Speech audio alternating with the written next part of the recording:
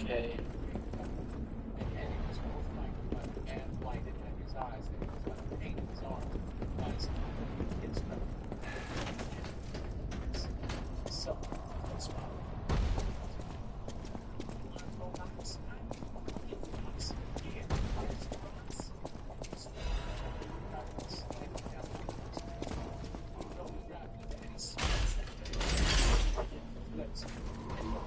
Okay, so it reverses now.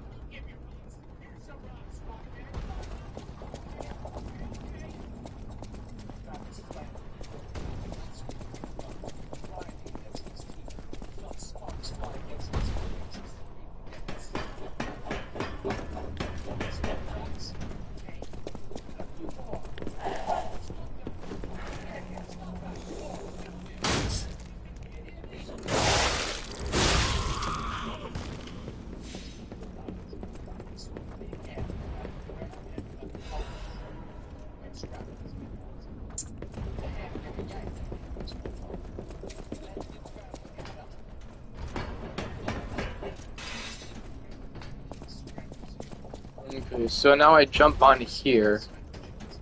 Takes me to a platform down that way.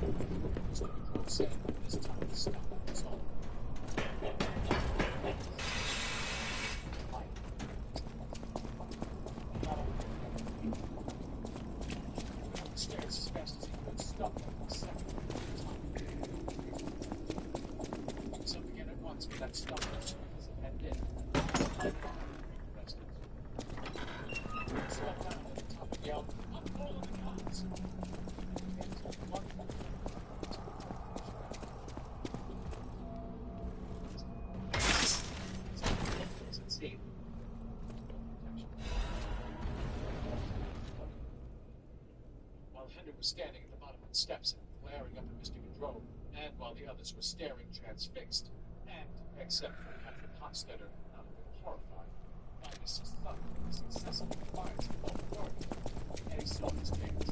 He whirled to his heels and ran. He's halfway up the block, his eyes blazing, he fell. Asthma or no asthma, Eddie ran the blue race that day. And was facing some of themselves with stalls and SPF flyers and touched the sidewalk. You even after taking it.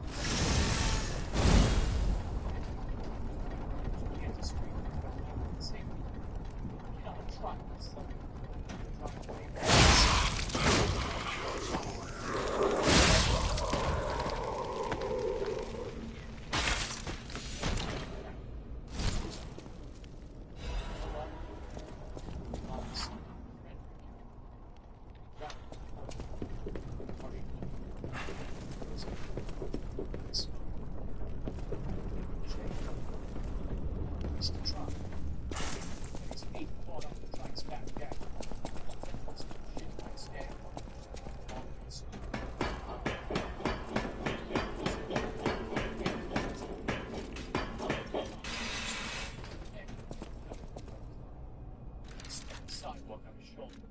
landed, came down again, and skidded 10 feet, erasing the skin from his elbows and knees. He was trying to get up, but Henry Gowers hit him on his shelf and zoomed him up. Henry's nose connected crisply with the concrete. Blood flew. Henry did a quick side roll like a paratrooper and was up again. He grabbed Eddie by the nape of the neck and by his right wrist. His breath, snorting through his swelled and slitted nose, was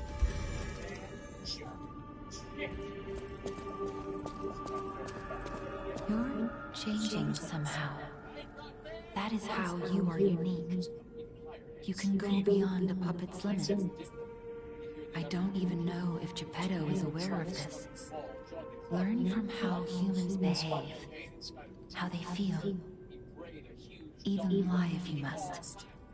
Those lies may change you, may rewrite reality.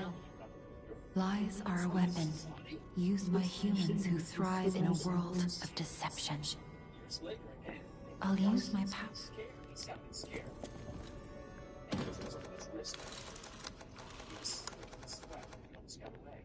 This is a good song. Welcome. I'm waiting for the fucking dudes to show up that I can like give like these boss things to. Thanks for keeping me company. That book reminds me. Who?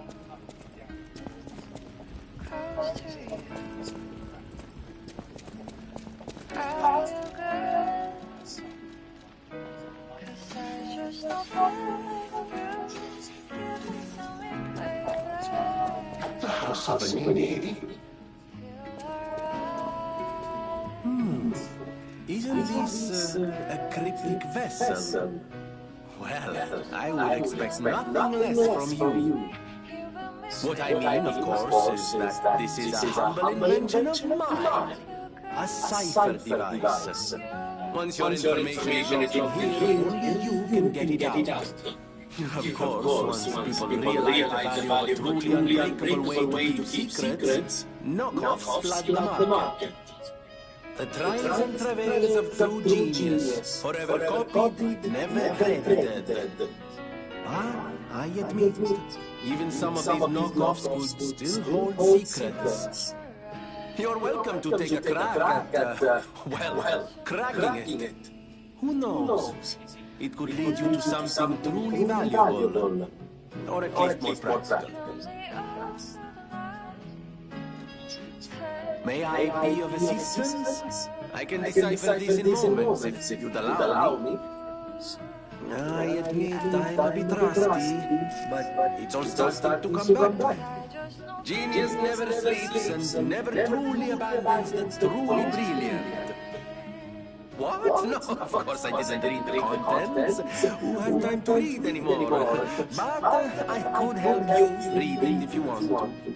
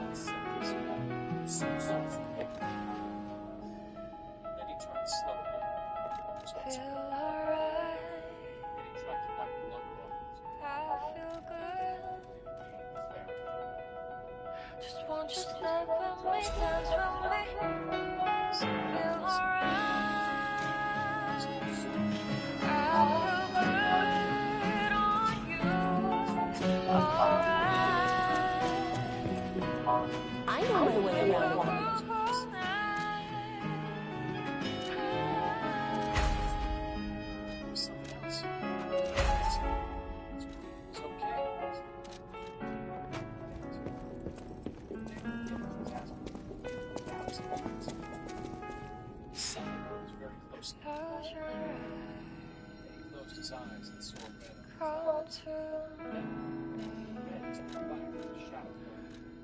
He asked. Do I look okay? He asked. No, you look terrible, the little kid said, and pedaled off singing The Farmer in the Dell. Eddie began to giggle. Here was the cop car. He could hear the squeal of its brakes. He found himself hoping vaguely that Mr. Dell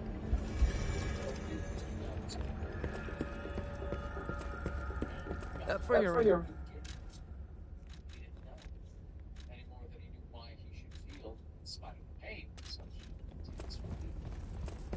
Maybe just because he was still alive. He was still so easily instead of that. Sitting there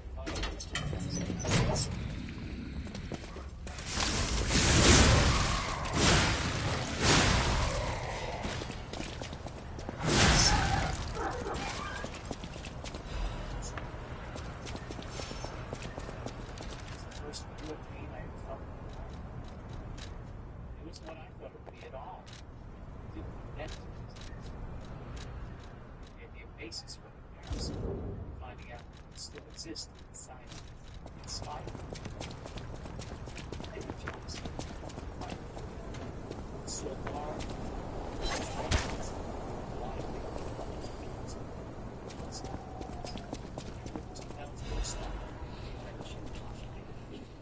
Rich's Irish cop voice that Mr. Bell's dealing with.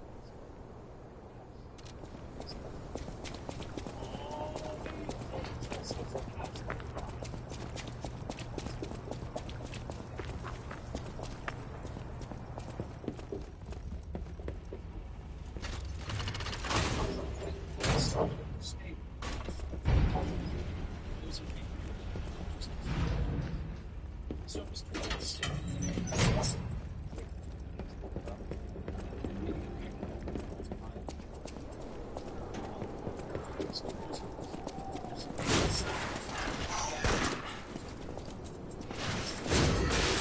dude.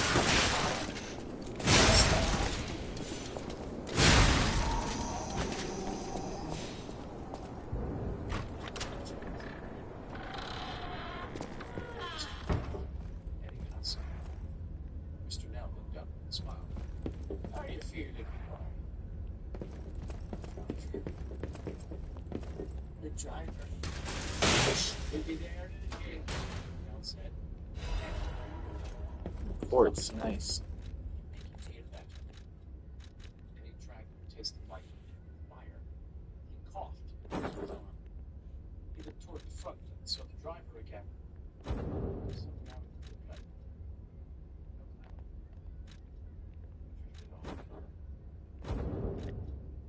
Much later, there was an emergency. Nurse running the blood and stopped and grabbed him on his face with a fork. He slept.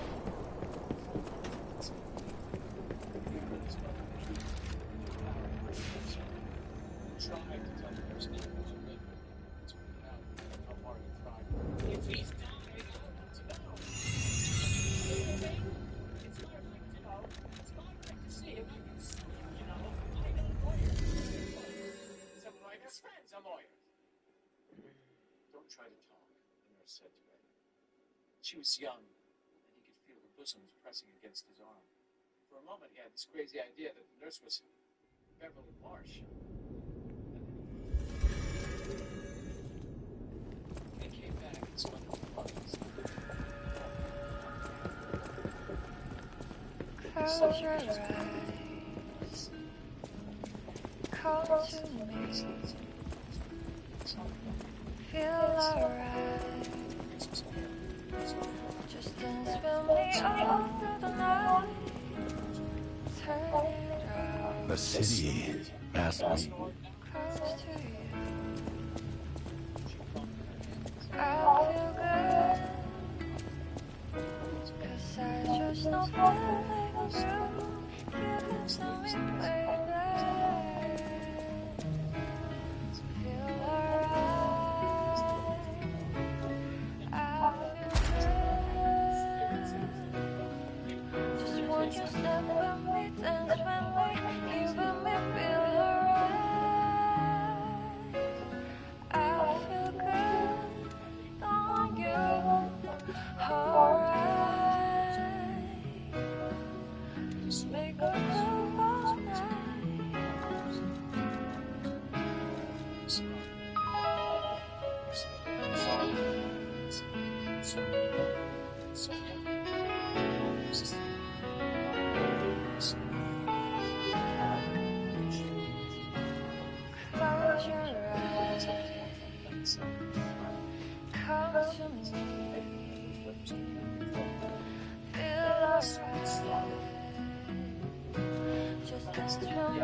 all through the night. Turn it out. Close to you. I feel good. 'Cause I just don't think of you. Give it to me, baby. Feel alright. I feel good. Just walk your step with me, dance with me. You and me feel alright. I feel good on you. Alright. So make a groove all night.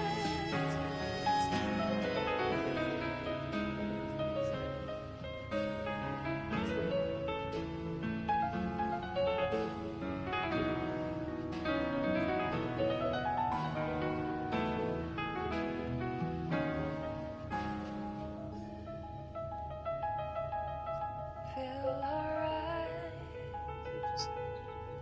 I feel good. Just want you step with me, dance with me. Feel alright. I feel good on you. Alright. Make a groove all night.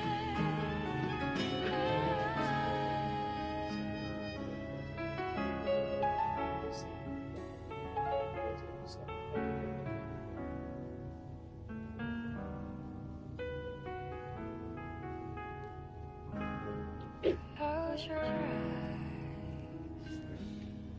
Come to me.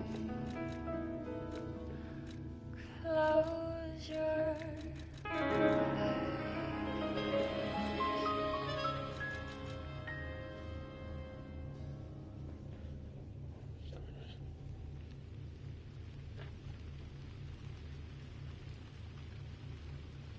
Close your eyes. Come to me. Feel alright. Just dance with me all through the night.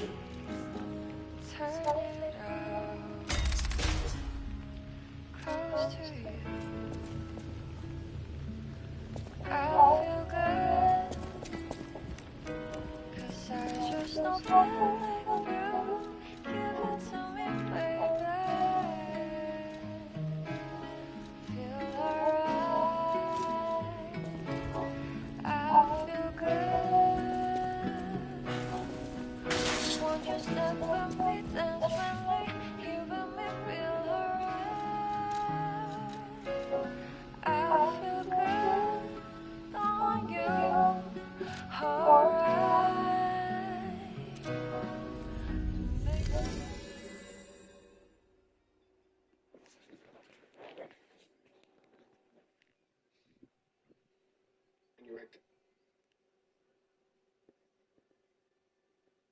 Setting your son's arm. Are you suggesting? Somebody began, her voice rising. Oh, this dude. What up, brother? Most upset. Oh, yeah, nothing ever said. Let's not have an argument. Gold coin trees are said to blossom when plague stalks the land. Perhaps they've already bloomed somewhere in Krog. Promised the nurse. Trouble. Possibly evil suit. Eyes misty. I don't understand the cues, dude. Like, what? It's bad. She'll be well against soon, she said. Against soon, I promise you that. Can I help, I asked? Of course, he said. Sonia Casper looked at the nurse triumphantly, as if vindicating herself to make it criminal charge. My son has asthma, she said. It's quite serious. Gold coin trees? His mom held the aspiration towards her. What's he been doing? Mrs. Jenkins constantly screaming, twisting against it. He was afraid if he screamed, his mother would scream too. Sweat stood out on his forehead in large gray bumps. Her no need of that. Stop it. There's no need of it. There's no need of it. There's no need to be paid. And he saw the nurse on her furious eyes with Dr. Handor's tired worried ones. He saw the wordless conversation that passed between them. Send that woman out of here, doctor. And in the drop of his eyes, I can't. I don't dare. There was great clarity inside the pain. Oh, in truth, this was not clarity that Eddie would want to experience often. The price was too high. And in that unspoken conversation, Eddie accepted everything Mr. King had. His hydrox aspirator was filled with nothing more than flavored water. The asthma wasn't in his throat or his chest or his lungs, but in his head. Somehow or other, he looked at his mother and seemed clear in his mind. Her flower of a plain white dress, the sweat stains of her arms with pads she wore and soaked through, the scuff marks in her shoes. He saw how small her eyes were and her pockets of blood. Now, a terrible thought came to him. His eyes were almost ready to me. The eyes of the man crawled out the basement of 29 Eagle Street. I counted.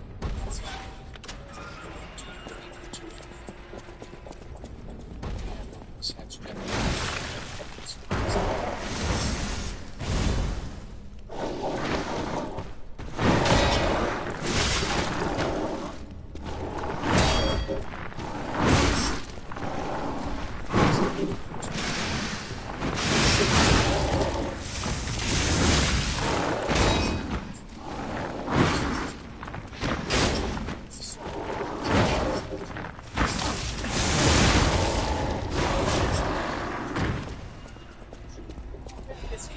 Nice. Got a quartz, hell yeah.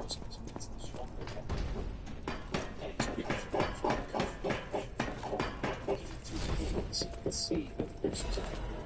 And he thought he said, she's not the one who pleased her. She's only eating me because she loves me. But perhaps nothing came out because the nurse's angle faced the change. He had a faint recollection of being pushed off the car in the wheelchair. His mother's voice somewhere behind, fading. What do you mean, visiting hours? It's my son. He was glad she was free. Glad he was free. Pain was gone, and the clarity was gone with it. He didn't want to think before it drift. His finger in his right arm felt very heavy. He wondered if they had put it in the cast film. Steve was a child. He was mainly aware of how he was. His patients were ghosts of hospital attendants, looking down the walls at his heart. It's certainly very hot. It was weird that this room had some sun going down. Oil blood all over his chest. This once told me. Always be true to myself. This was sad. And he found that he couldn't. He was sitting between crisp cool sheets. The voice told him that he had some pain in the neck. I'm surprised to see who's well alive. Oh, where are my manners? I'm Cecile, and I serve the Archbishop. I'm the only one left. Everyone's dead. From the petrification disease or from the monsters. I didn't die, but my heart breaks more today. Can you do me a kindness? Bring me the holy marks from the Archbishop's quarters. The Archbishop was a true saint. He was my savior. If I write his words into my heart, maybe it'll give me the strength to carry on. I can't die, but perhaps this can help me live again. Please, bring me the holy mark as quickly as you can. I can't die. Jeans and metal protrudes. Girls wore school sets, skirts and blouses. The blouses usually white with brown collars. The skirts usually brown and pleated in hem and mid-shin, so that the scabs of their knees didn't show. In the dream, he saw them coming in for the 2 p.m. visiting hours, and his mother, the invitation since 11, was shouting so loudly that everyone turned to her. You think you're going over there? Eddie's mother shouted. Now,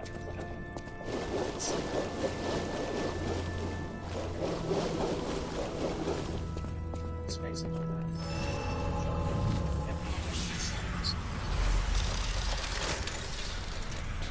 He stands, now turning a cartwheel. Now executing a neat pass. As Mrs. Kasprak ranted at Eddie's fellow losers, as they shrank one by one behind Bill, who only stood there, pale but outwardly calm, his hands stuffed deep into the pockets of his jeans. He himself would be able to see if they were shaking. No one saw the clown, except Eddie. Although the baby, sleeping peacefully in his mother's arms, awoke and began to cry lustily. "You've done enough damage," Eddie's mom shouted.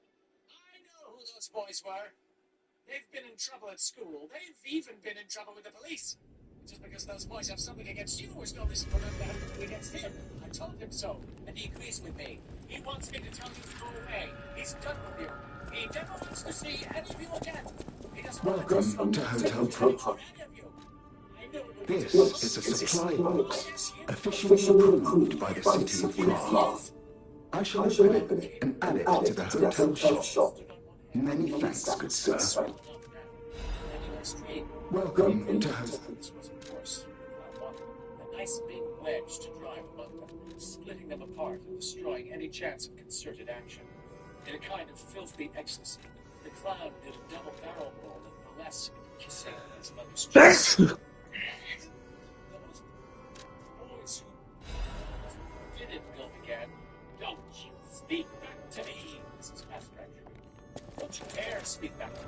He's done with you, I say. Done. Then an intern jumped away and told Eddie's mom she would have to be quiet to leave the hospital. The clown started to fade, started to wash out. That's when it began to change. Eddie saw the leper, the mummy, he saw the werewolf with the vampire whose teeth were let blue veins, sending crazy angels like mirrors out of the he saw Frankenstein the creature, something fleshy and shell-like that opened and closed on the ground. He saw a dozen other terrible things, 100. But just before the clown washed out completely, he saw the most terrible thing of all, his mom's face. "No!" cried the scream.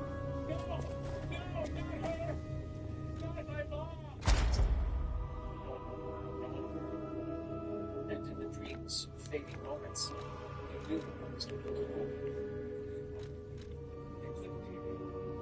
He was dead. It had killed him. He was dead. He was a ghost.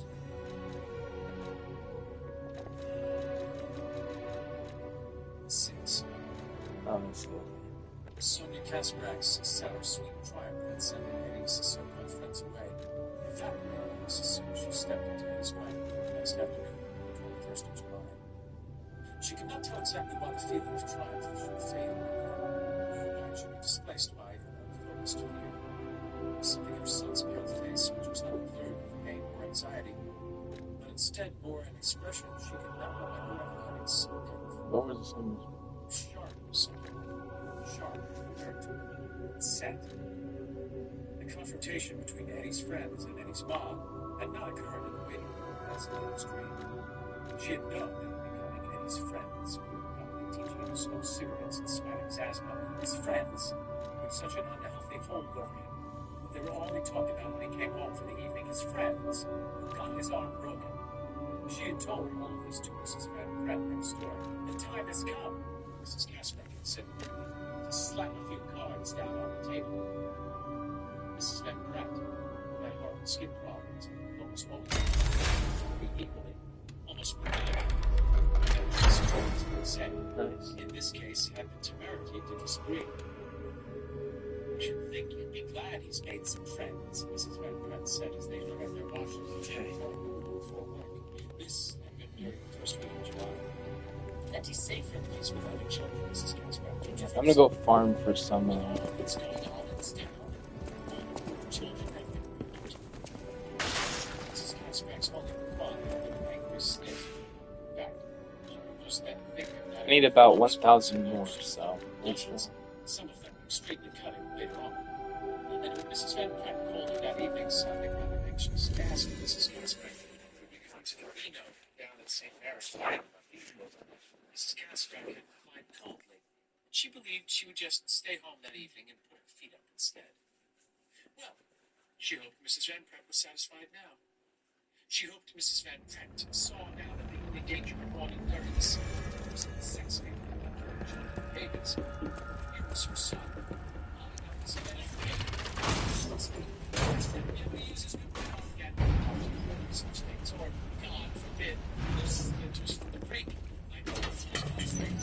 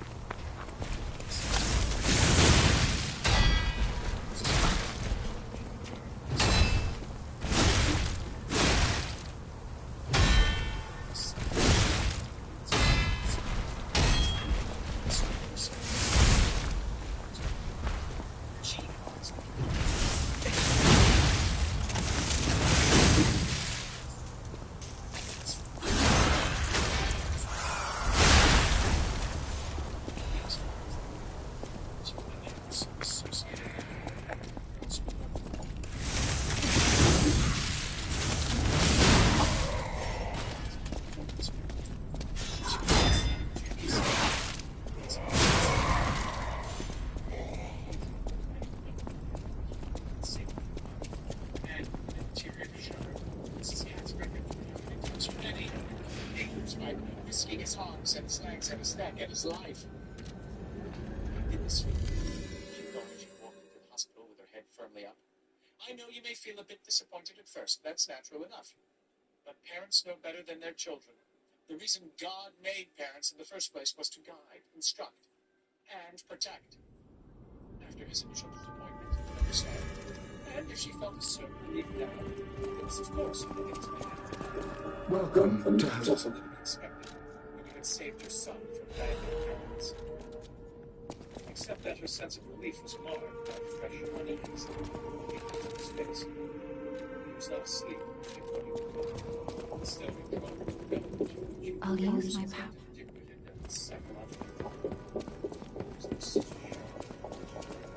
So different, easy, soft. Like Agnieszka, soft. Eddie was the sort of boy with a face that's a test. And glance just as well. He's the other step. Perhaps it's The city has me. Of course, that's it. I think it's something like they had this medication. But she was the one who felt the need towards society. Looks like he's been waiting for me, she thought. It was a thought that should have made her happy and annoyed, but there's nothing was truly God's most favorite creations. He was sent by friends away. Words came out flatly, no doubt over questioning. She flinched almost guiltily. Certainly, the first thought that flashed in her mind was the guilt. How does he know that? He can't know that. And she was immediately furious with herself. and him for feeling that way. So she smiled at him. How are we feeling today, Eddie? After my response, somewhat similar. Antagonist and personal info had been carrying tales. How are we feeling? She asked. She thought he hadn't heard. She'd never heard of any of that. At the house, Having a sense of hearing. I Always always... the responsible. And he still knows. She came forward, hating the tentative, almost timid feeling inside her, distrusting him because she had never felt tentative or timid around Eddie before. She felt anger as well, although that was still nascent. Why did he have to make her feel that way? What do I give this apple to? Maybe the old lady. I know my way away. He assures me that you're going to be the all-night sitting down in a straight back chair by the bed. Of course, there's the slightest People have no thanks for... Alright, he's back in bed. This is good for her. He did not smile back. Still, he did not.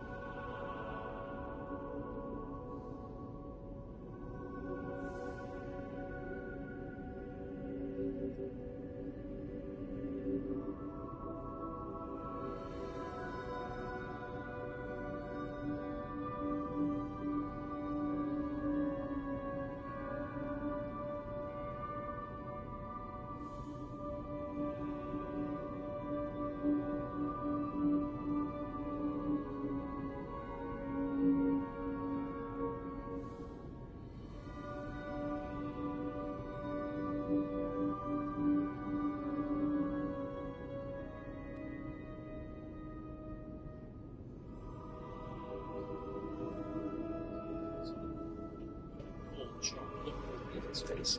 I could see him begin to gasp and wheeze a little bit. And that would be a sign, as it was always a sign, that the fight was over and that she had won another victory. For him, of course, always for him.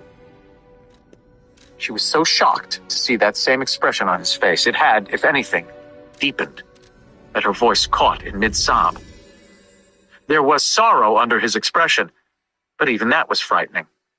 It struck her in some way as an adult sorrow, and thinking of Eddie as adult in any way always caused a panicky little bird to flutter inside her mind. This was how she felt on the frequent occasions when she was traveling to the one business so when you come home every day after his classes were done, he met a girl who wanted to get married. Where's the place for me in any of that? Strange, almost nightmarish thoughts came. Where would be my place in a life like that? I love you, Eddie. I love you. I take care of you and I love you. You don't know how to cook or change your sheets or wash your underwear. Why should you? I know those things for you. I know because I love you. I said to myself, I love you. I love my friends too. I think you're making yourself so much, she whispered, and fresh tears doubled his pale face. I can't die. If her tears a few moments ago had been incalculable, these were in her own peculiar way. She was stop. She had seen her done her job, an impressive job, she's a sleazy good job. She had raised her son, and when it had been necessary, she had walked out. These were the first totally since Eddie had gotten the right place when he was 5, she was so died someday there in his bed.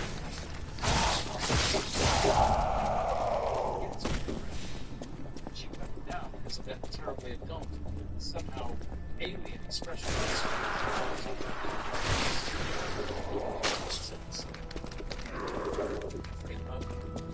afraid of that before.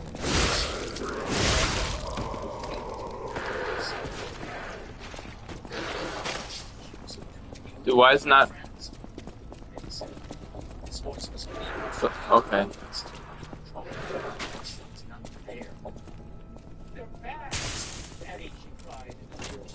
I know that. I feel that with all my heart.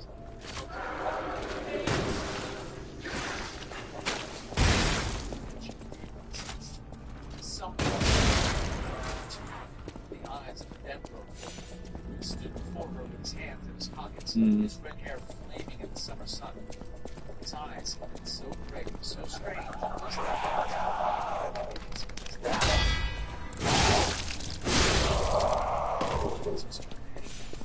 Saying yes. She stood up so still, almost not straight. Back this evening, she said. It's the shock, the accident, the pain, those things that make you talk this way. I know it's you. I don't know, like, do I go up or down? Let me go up first, I guess.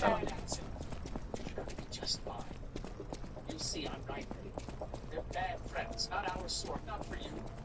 Think it over and ask yourself if your mom ever told you wrong before. You think about it and running over the sick. Oh God, please don't let me. For a moment she almost let Eddie be scared. Oh yes, he was more than Eddie. She sensed the others in him, his friends, something else. Them. Faith, rationality. It was something, some dreadful fever, as he'd been in the wrong place that night when he was 5, and he had almost died. She paused, her hand on the doorknob, not wanting to hear what he say. He said, Okay. So unexpected. For a moment, she didn't really understand it. And how did you crash down and came like a loose load of cement? I just, like, there's gotta be some fucking creature down here, you know? That's what I'm worried about. I'm not seeing anything, though. What? She started with glazing eyes. just water. And some stuff added to it. Taste of acid. He said Dude. it was it's lovely. There's nothing but a solid line.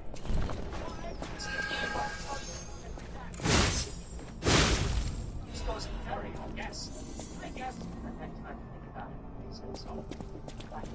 His eyes never embarrassed me. I think he's telling the truth. Eddie, I tell you he's not. Easy enough. What I think he said is that it must be some kind of warning on the bottle, like take too much, it won't kill you, or at least make you sick.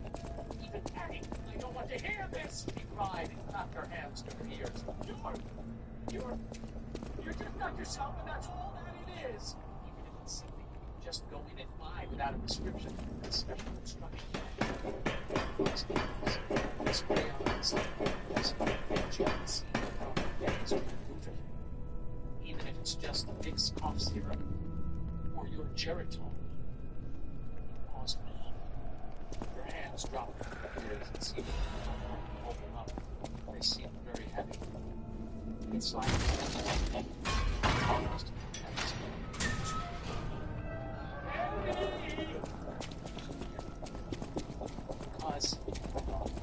because she had not spoken.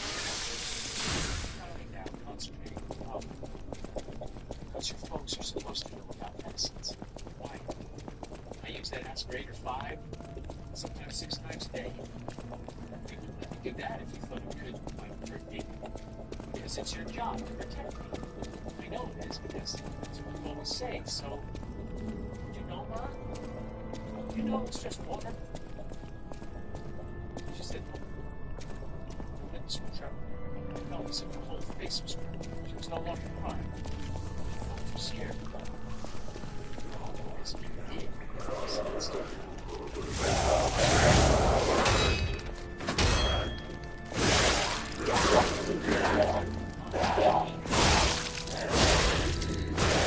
Dude, what? I only have it up here. His head. She thought she would explain everything. She would explain it quietly and logically. How she thought he was going to die when he was 5. And how that would have been crazy after losing Frank 2 years before. And she came to understand that you could only protect your child with watchfulness and love. That you must tend to the child as you tend to a garden for months. Eating, yes, occasionally they flip. She would tell him this. Oh, I don't know where to go. He was sick. He didn't get sick. She would finish by talking to him about the deadly foolishness of doctors, the wonderful power of love. She would tell him that she knew he had asthma, and it's better thought they gave him. She would tell him to make medicine. She said, this is medicine. Eddie, she would say, Dude, no way.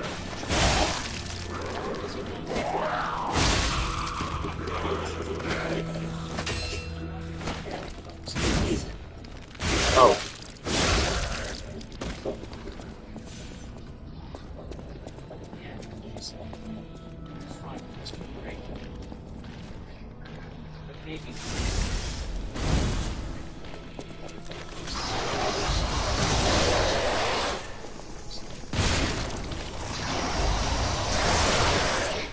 What?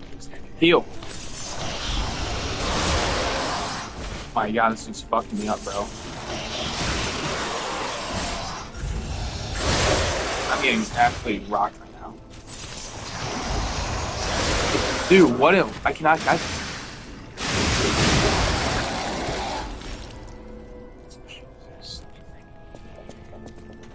I cannot get that guy.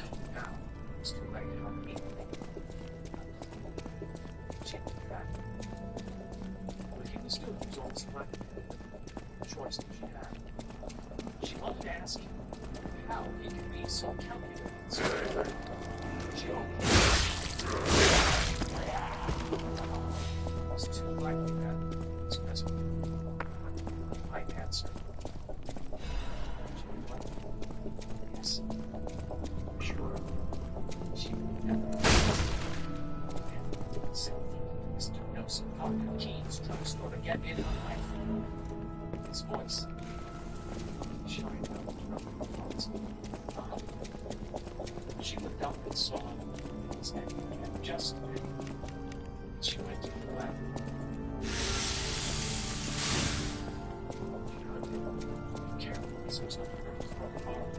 This law didn't use smoke fragments so they could run an evil race around his bloodstream and then bomb in his heart.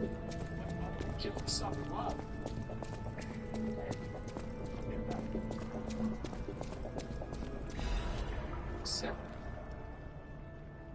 As far as Eddie was concerned, his mom left just in time. During the horrible confrontation with her, he felt his breath piling up and up and up in his lungs and throat. Still and tightless, stale and brackish, threatening poison. He held on until the door had snicked shut behind her, and then he began to gasp and wheeze, the sour air working in his tight throat, jabbed up and down like a warm poker. He grabbed for his aspirator, hurting his arm but not caring. He triggered a long blast down his throat.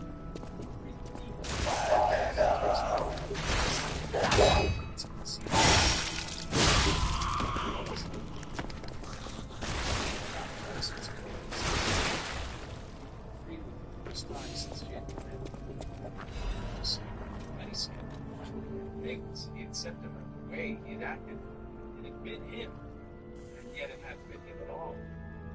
There had been something working in him, working through him, some force. His mother had felt it too. He had seen it. It made no sense that his power was equal. It's distracting, it's frightening. It's like getting on an amusement park ride that's really dangerous. It's over.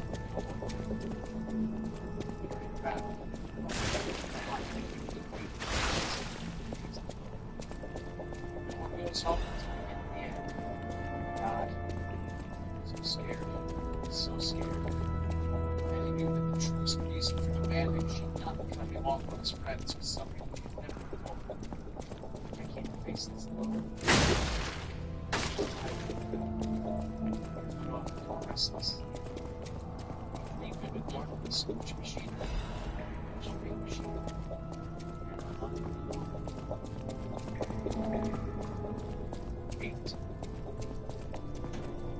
Threatening showers of humidity made me feel the rest of the so much more possible. And he was not surprised. It had been hot all day. It was generally a week later. When I was the hottest, exceptionally hot summer. The minutes began to look up around the corner. And like awesome. The rain.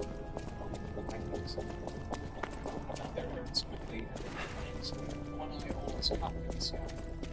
Close to reading the rain blew hard like it was watching some of the thick humidity out in the air. Terry's parks and playgrounds under concrete also. These are everything but safe. I see her fall and swing his arms, shapeless, light, and yellow. Thunder rumbled and cats, a barking dog, and the low mutter of traffic on our main street. The sounds of Damn it! I can't find the way out. Monsters everywhere. I need to grab my share and leave. Stan followed them, then Mike. Ben came last.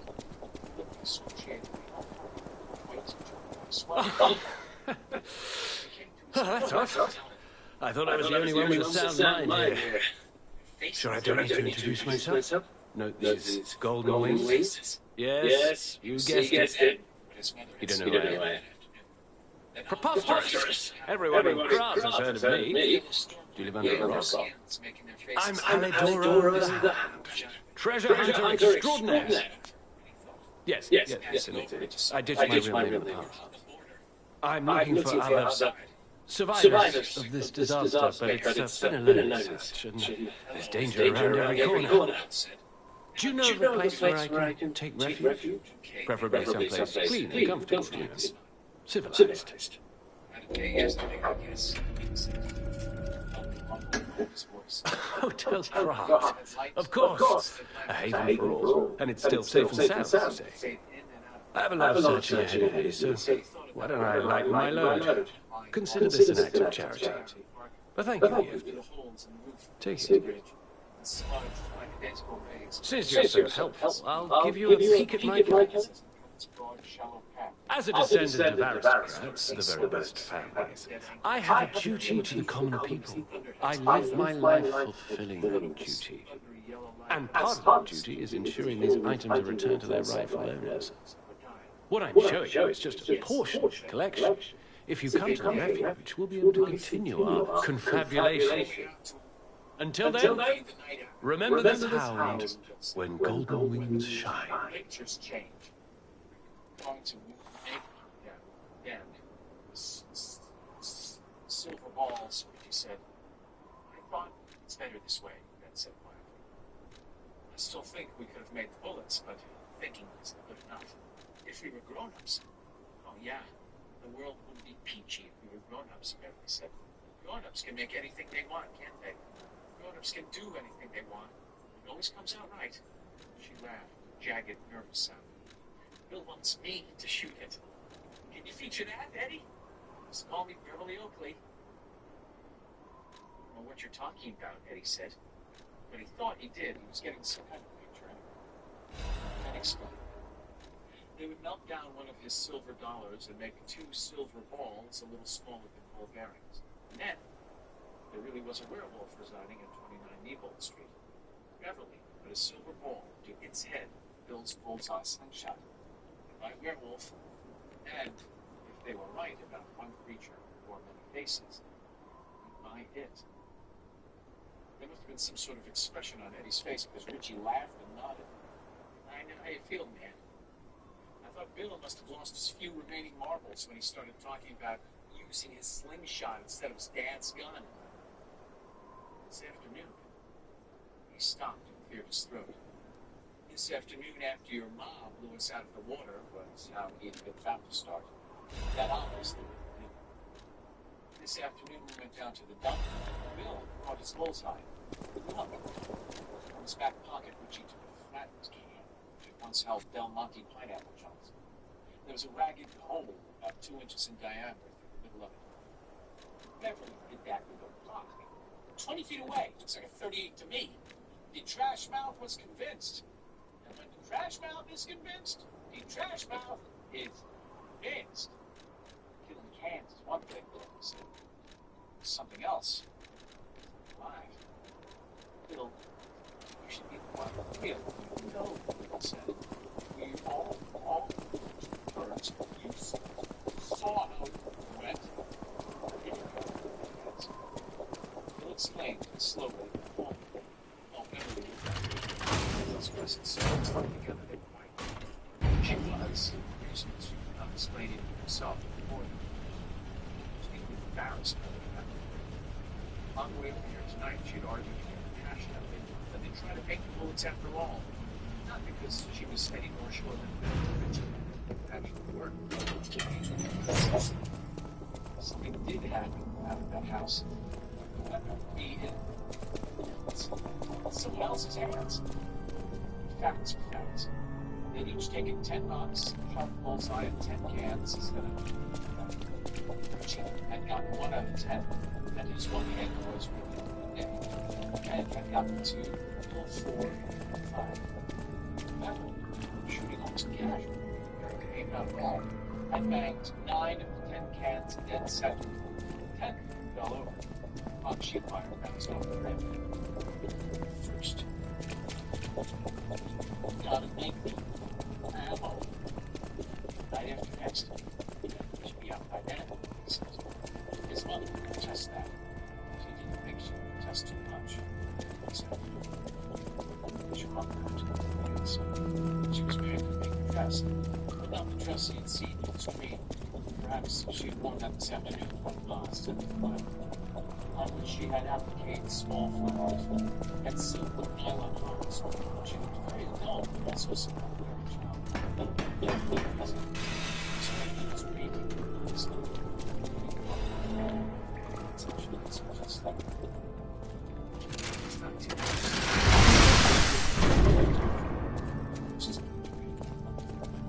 And he did not ask them about what had happened, nor was it. And none of them mentioned it. Richie took out his yo-yo and sleep once or twice. The conversation lagged, and in one of the pauses there was a brief... Oh, thank you. Just seeing the Archbishop's holy mark renews my spirit. Speed up and alarm. It's a reminder of the quiet power of faith. But then Stan I'll remember this forever, Stalker. and he saw was looking all right now. In the light, It's a reminder of the quiet... read all his friends. I thought we had to sign your cast. His eyes got getting square. It's not just pay what settled on the market penalty. It's a contract. It's a contract deal, isn't it? Or the closest we'll ever get to that. He was right. And then, ashamed and angry at us. If he'd put his arm before this summer, he signed his cast.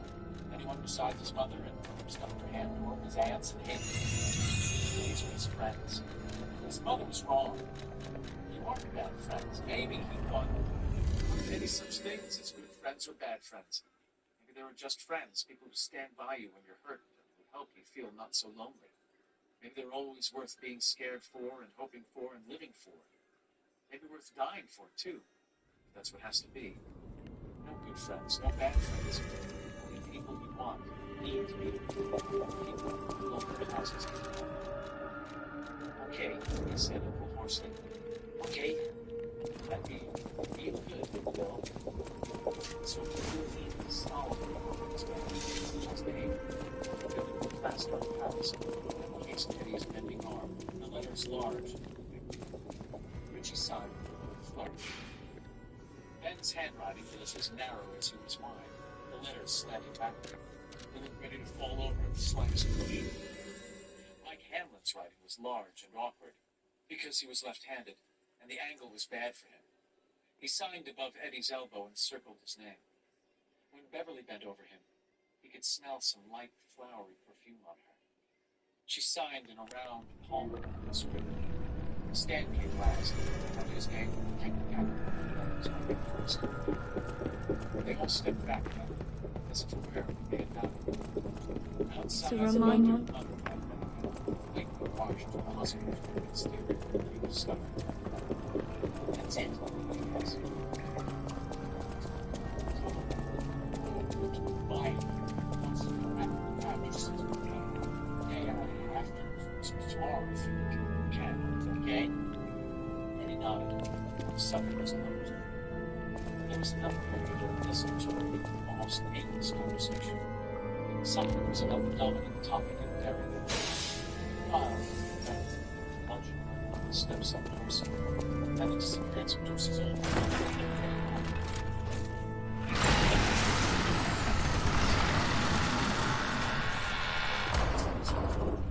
This fucking boss, to do with Eddie's disappearance. The boy had either run away, or it had gotten him. They left him around 7. The rain still had not fallen. He continued to threaten until long after Eddie's ma had come, made her visit, and gone home again. She had been horrified at the signatures under his cast, even more horrified at his determination to leave the hospital the following day. She had been envisioning a stay of a week or more in absolute quiet, so that the ends of the break could set together.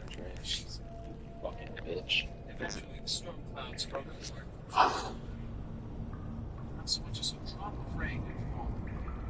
The humidity remained. He slept in the sleeping bags and not meetings that night. The rain came the next day, not long after Beverly saw something terrible happen. Patrick was dead.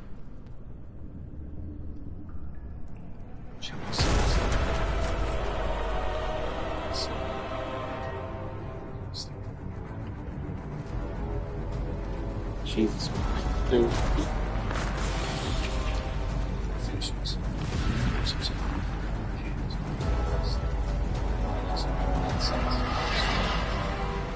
So I had to take Patrick Hockstetter the day after you all signed my cast.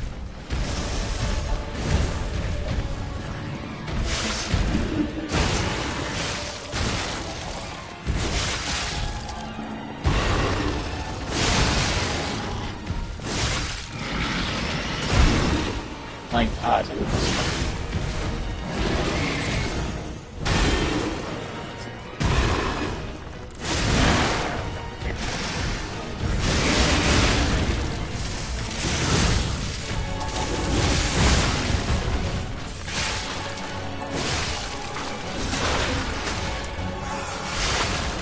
Okay, good. Good damage, good damage.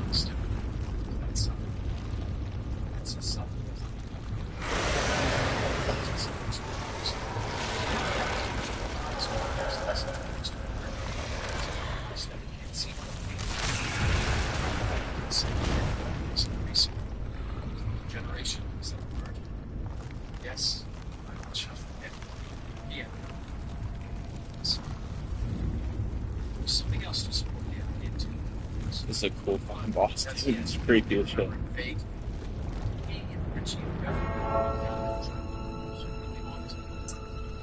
This is the boss this is the fucking phase I'm nervous for, dude. I fucking hate this.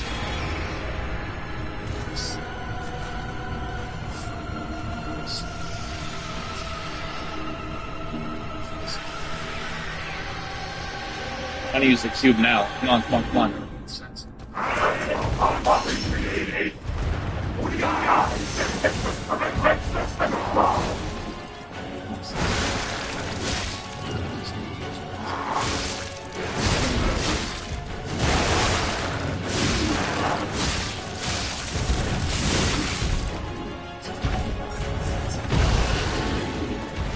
Go, dude.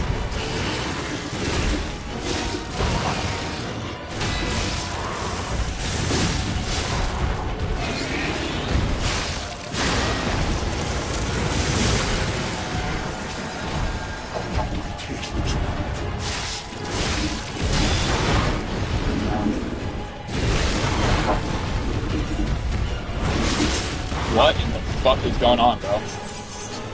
Go, go. He's...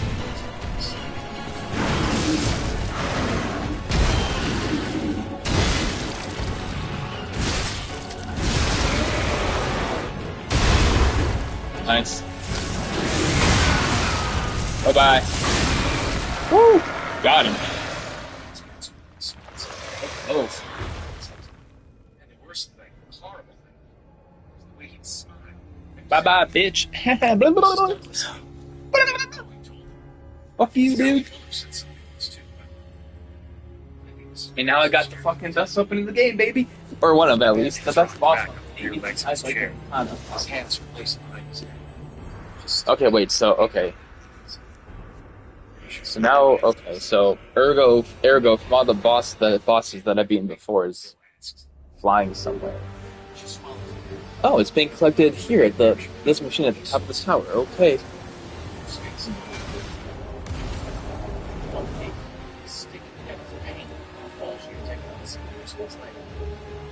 And now, the stage is set.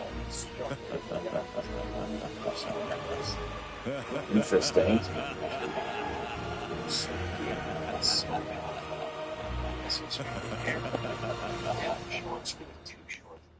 Came only to just above the hem of her panties. She'd become more conscious of her body over the last year. Thank you, my friend. 6 months. Yeah. Fuck you, dude. Get the fuck out of here, bitch. I want to go back to the old craft. The old me. Before the greed overtook me. Almost caged. Well, at least it seems like he's got some sort of, like, you know, he's kind of learned the error of his ways, even in death, even if it had to be in death. Sad. Okay, let's go back to Krat, or Hotel Krat, and, was gone, it was worse. If there was a smell, some smell, then he knew it too, because the bed was so less and less of it was the world. Partly because of his summer bowling league, partly because he was helping his friend Joe Tamerley fix cars. Still. But she suspects it was partly that smell. The one they made between And the them, neither whole of them meaning to, time. but making them the same, as helpless to stop him as I was helpless to stop sweating and high. Knew it. The vision of birds, hundreds and thousands of them, descending on the rooftops of houses, on telephone wires, on TV aerials, intervenes again. Poison ivy, she says aloud. What? Bill asked. Something about poison ivy, she says slowly, looking at it. But it wasn't, it just felt like poison ivy. Mike, never mind, Mike says, it will come. Tell us what you do I remember the blue shorts. You could tell by them how faded they were getting, how taped around my hips and butt. I had half a pack of Lucky Strikes in one pocket and the bullseye in the other. Do you remember the bullseye? She asks Richie when they all come. Bill gave it to me, she says. I didn't want it, but it paid. She smiles at Bill wantingly. You couldn't say no to Big Bill. That was all. So I had it. That's why I was out by myself that day to practice. I still didn't think I'd have the guts to use it when the time came. Except, I used it that day. I had to. I killed one of them. One of the parts of it. It was terrible. Even now, it's hard for me to think of. The others got me. Look. She raises her arm and turns it over so they can all see a blurry scar on the roundest part of the forearm. It looks as if a hot circular object about the size of a Havana cigar had been pressed against her skin. It is slightly sunken. Looking at it gives my camera a chill. This is parts of the story which, like Eddie's unfilling heart keen, he has suspected. Maybe those who went there seeking refuge became monsters somehow. But the petrification disease turns you to stone, not into a monster. I'm worried about the Malum district, just below the cathedral. I wonder whether there are monsters there too. Something in your eyes, Bevy. Maybe. Like a toy. It's real. At the House of Anil, I've been investigating the puppet frenzy, and it looks like I need your help. First, let me show you a little something I've been working on. I call it the Ergo Wavelength Decoder.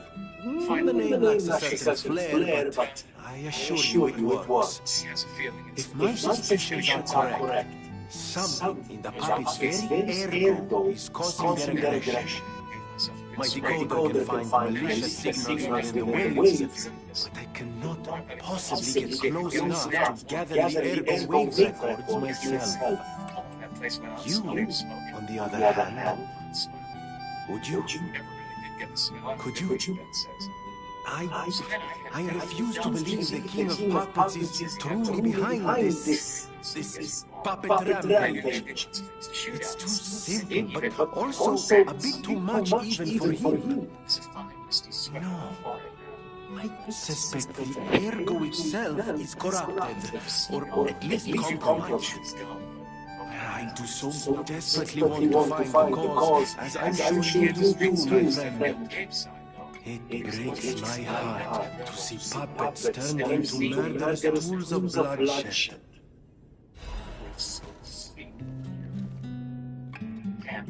Beverly says. Henry Bowers, Victor Press, Welch Huggins, and Patrick Hockstetter. They were down in the dump, and it's suddenly amazing, all of them. She begins to giggle. I always was cheeks turning rose red. So what do I fucking do? Just fight? Just fight with it? Okay. She says, "What's it on Joe?" It's a joke. She says, "It was a joke, but I think they might have killed me if they knew I'd seen it." She remembered now that Ron begins to laugh too. I remember you telling us. Even while he says, they had their pants down. And they were lighting farts. There's an instant of thunderstruck silence, and then they all begin to laugh. The sound echoes through the library. Thinking of exactly how to tell them that Patrick Hockstetter's death. The thing she fixed up first is how approaching the town dump on the Kansas Street side was like entering some weird escort. It was a fucking dirt trap. A town road, actually. It even had a name, Old Mine. You know that store? Oh, fuck. I didn't know he was still alive. The actual road. Thank heavens. I haven't seen him in person, and I don't know how I'd react. How do you thank the man who saved your life? I'm so glad that someone so kind has reached safety. And speaking of safety, please take care of yourself out there. You're not the only one who's curious. Most people get around asking where we are. My looks give it away, don't they? Suffice it to say, I'm from the country of the morning, beyond the ocean. But I wouldn't be much of a tour guide. All I know about it is their weapons. My family was a household weapons specialist. It's quite a reputation to live up to. They almost took charge of planning for the grand exhibition. But that's their reputation, not mine. And they deserted me when I was little. I don't even know who they are. And my reputation is his own. I suppose my only connection to them would be weapons. So I'm an orphan, and that hardly makes me exotic or cropped. Can I help you with anything else? See a bed spring or trip over. Or a bones and dog and carried away. The gun itself wasn't so bad. It was actually what was nasty was the way it had the surviving. Creating this. She was getting close to the trees were Welcome to her.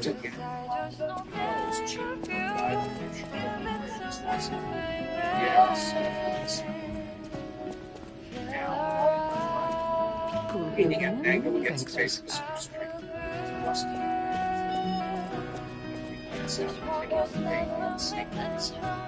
Oh, it's you! This hotel is indeed a refuge from the dangers of the outside world. I am the Hound, a descendant of the city's most aristocratic families. Repaying debts is what we neighbors do. Anyone with a worthy spirit is a specialist. Accordingly, I shall give you the honor of laying eyes upon my treasure. However, you must prove your worthiness. For this legend treasure, the egg of a powerful enemy shall strike. It's up to you if you want to make an exchange. Take your time to admire it. I've certainly done likewise. Smile at her in an oddly endearing, one-sided way of this. Just want She you thinks to she's too young to look at Oh, that's not that good. skates from sliding and small and soft against the she almost bumped into them before realizing it was hours. She walked out of the screening bushes. The steepest side lay about 70 yards. A great weapon calls for a great warrior. Chunk, line long my hand on the gravel pit. Mandy Fazio's bulldozer was off to the left. It's closer to the farmers and bulldogs and junk cars. At the end of each one, these were crushed and hauled off to Portland for scrap. But now there were a dozen or more, some sitting on bare wheel bridges and some on their sides, and two on the wheels like dead cars. It was arranged in two rows and never walked down the rough, trash-littered aisle between them, like some haunted bride in the future, wondering idly. I know my way around. One of the pockets of her blue shorts bulged with small ball bearings that were her pants. The voices and laughter were coming from beyond the jumped-out cars to the left, on the edge of the dump proper. Beverly rounded the last one, a Studebaker with its entire front end missing. Her hail of greeting died on her lips. The hand she had put away did not exactly fall back to her side. It seemed to wilt. First, furiously embarrassed thought was, oh, dear God, why are they all naked? This was followed by the scary realization of who they were. Chief Rosedale from the past, making her shadow stable, giving her no honesty. It was no,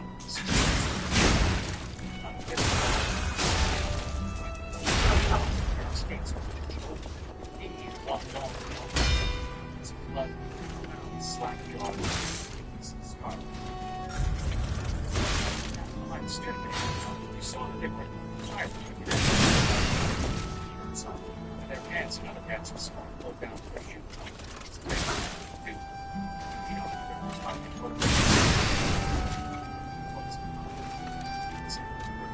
Always go two at the same time.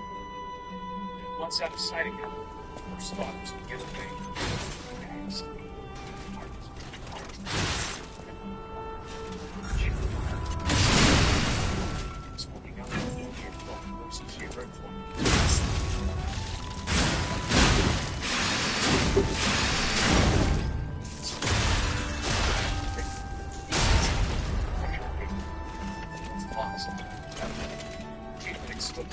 several times walking up the rooms down.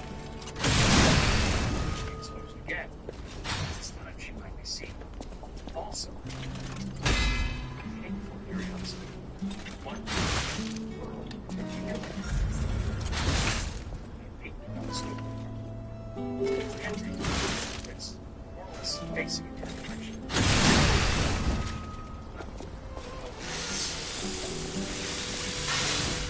Belch had an extremely long, extremely hairy ass, and half a star inconsistently bubbled up the throat like the head on a glass of ginger. She put out both hands on her mouth, Change so is almost never the stupid easy. again, strangling all the giggles. Look at me. A human trapped in the shackles of the past. I wish I was back in Krat before the petrification disease. Before The island was disaster. maybe 10 feet wide, literally Krat was a city of light. jigsaw pieces A of city of safety joy. glass, scruffy I wish I could go back, She so much as made even a sound just just for one day. particularly if their absorption of whatever strange thing they were doing flagged. She thought of how casually she had walked up here. Her blood ran cold. Also, what in the world can they be doing? Close your She peeked ahead. eyes. Seemed more details this time. Call There was to a me. careless scatter of books and papers nearby, school books. Feel And like but most of the kids were these from the old So I just gotta go fight random ass enemies? Okay. close to First you. thing was she had ever seen in her life, other than pictures of the smudge that Brenda Harrison showed her. I just gotta go fight puppets, I guess? I don't really understand. Bev observed now that their things were little tubes that hung down between their legs. Henry's was small and hairless, but Victor's was quite big, and there was a cloudy fuzz of fine black hair just over it. No, that's what it was, she thought. Suddenly, her whole body seemed to flush at once. She rushed through her in a wave that made her feel giddy, faint, and almost sick to her stomach.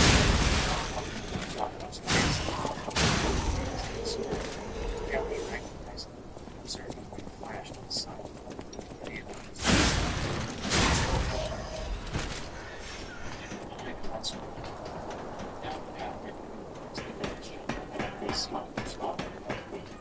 scared. Oh. Not just the suddenly making her jump. Henry yelled, 3 feet! Oh shit, no, it was 3 feet! What did you do? And they all rolled like after.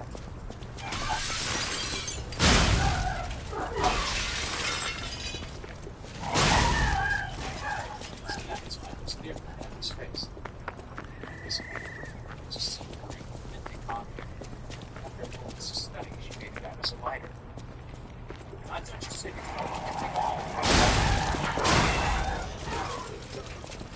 get ready.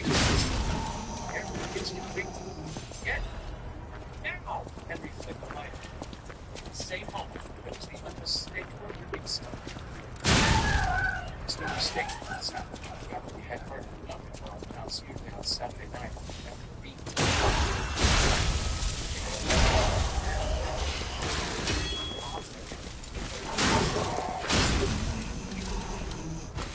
Right, jet of flame appeared to pour directly out of Patrick's bomb. And the pilot line gas boys roared their troll-like laughter. Eventually, the sheltering car sniped and it began. But she was confused.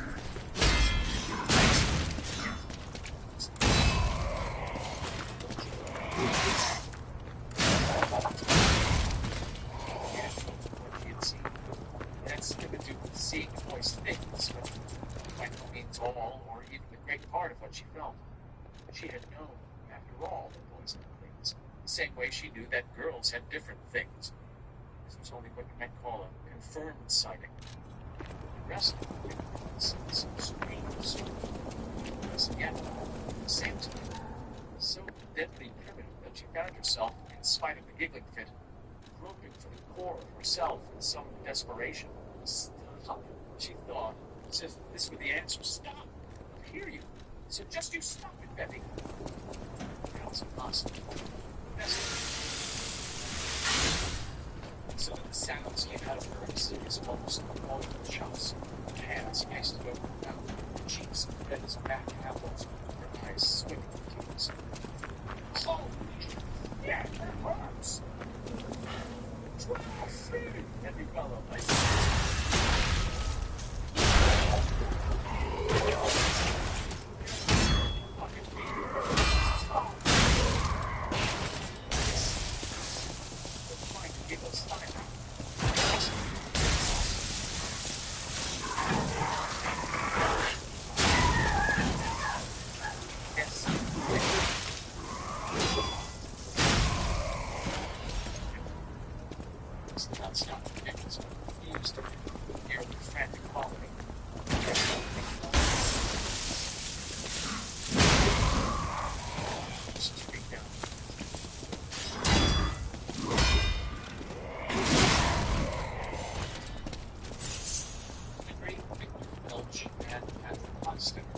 ended up at the dock fighting each other's farts on that hot July afternoon because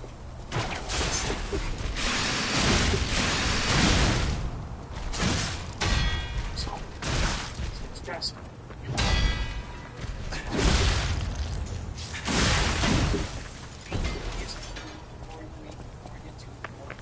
Getting a deal, and then you're ready for another deal.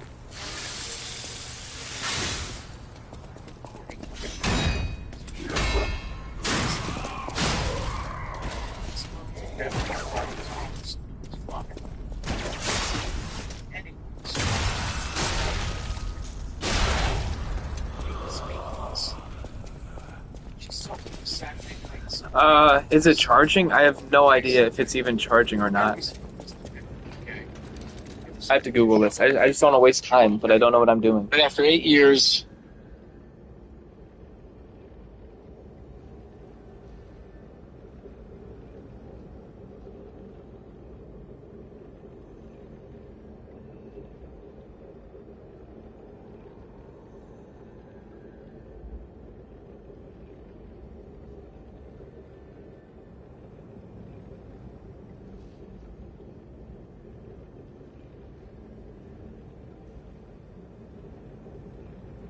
Oh, okay. I have to beat the game with it. It's what lets you fucking like understand what the puppets are saying. Okay, I got it. Got you. Okay.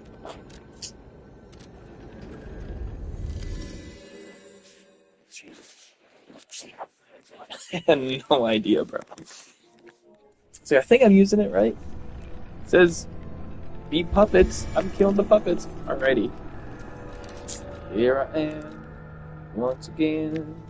I don't do.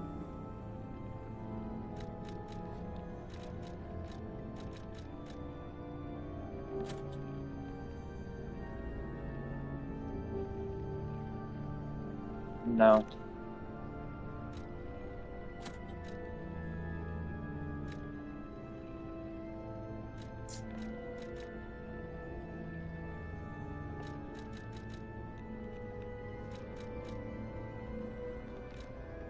Well, I gotta see what So this is good against acid.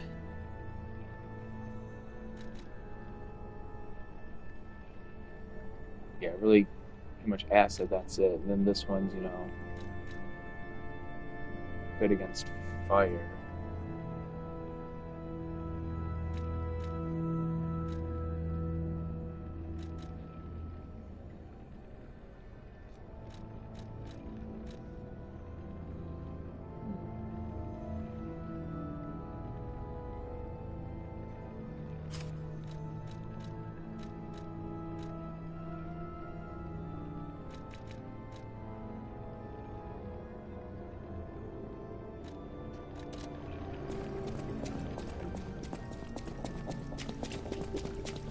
Alright, I don't really know what types of enemies I'm gonna be fighting next.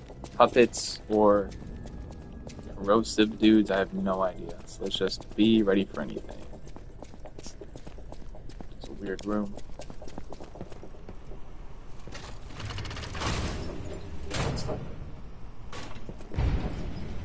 Oh, we're going down? Oh.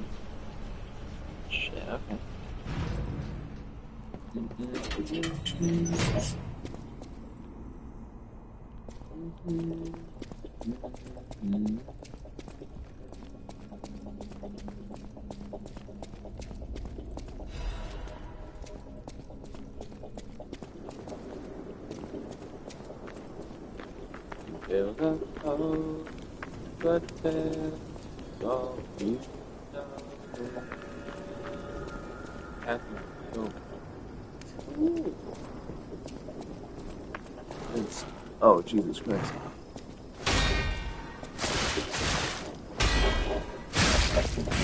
Jesus.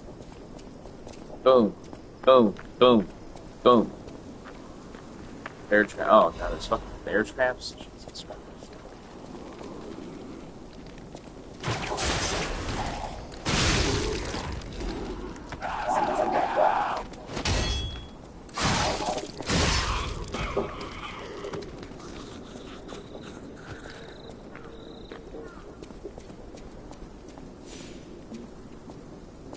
Once, Krat was just a small town on the coast of little importance. Before Elysian Boulevard was built, this place literally was all there was of Krat. But when some in the city prospered, they left the old town behind. Through isolation and neglect, Krat's first incarnation became nothing but dangerous alleys and desperate slums. On the bright side, I guess the whole city of Krat's pretty much like that now. The old town caught up with the new. It's true what they say. A receding tide sinks all boats.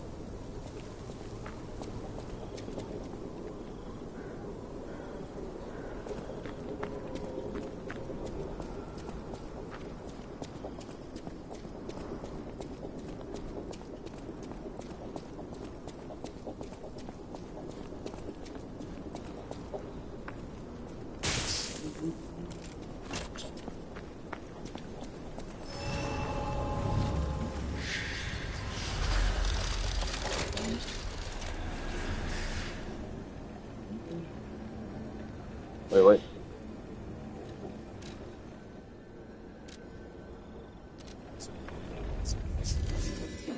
Janella has something to say. Janella.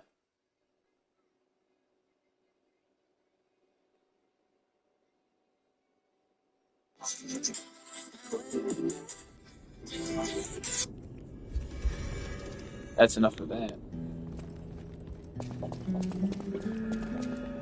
At the House of Anini.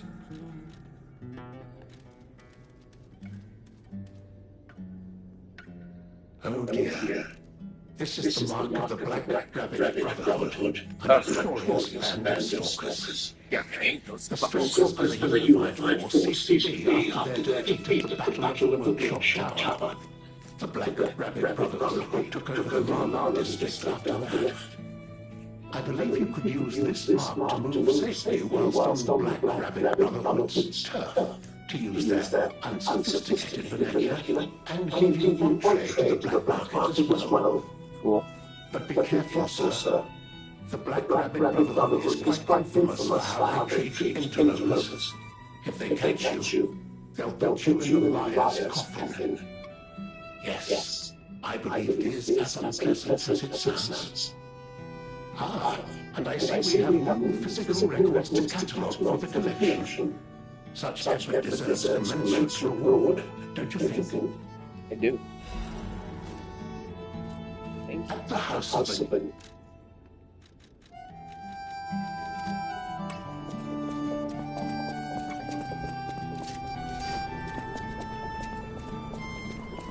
Alrighty. I'm gonna hop off for a bit.